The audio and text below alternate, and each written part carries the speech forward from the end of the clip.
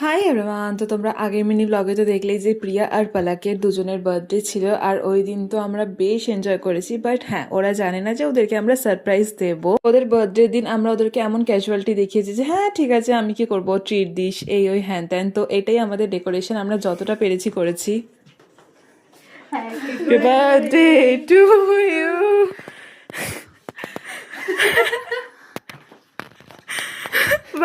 পালাকের এক্সপ্রেশনটা তো তোমরা দেখলে, জাস্ট প্রাইসলেস ছিল। আর আমাদেরও খুব ভালো লেগেছে ওর বার্থডে সেলিব্রেট করে। আর ও যে কতটা খুশি হয়েছে সেটা ওর এক্সপ্রেশন দেখেই তোমরা বুঝতে পেরেছো। আর আমাদের পার্সোনালি খুব happy birthday to you, happy birthday dear Palakasur, happy birthday two.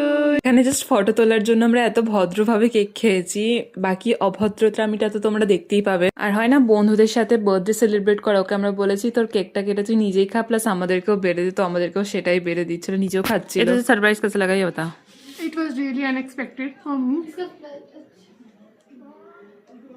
because I didn't expect that much from this all people. Okay, now I'm really enjoying this because my Mansasur, Khusasur, and my Jainasur has celebrated my birthday very well, and I am absolutely very happy today.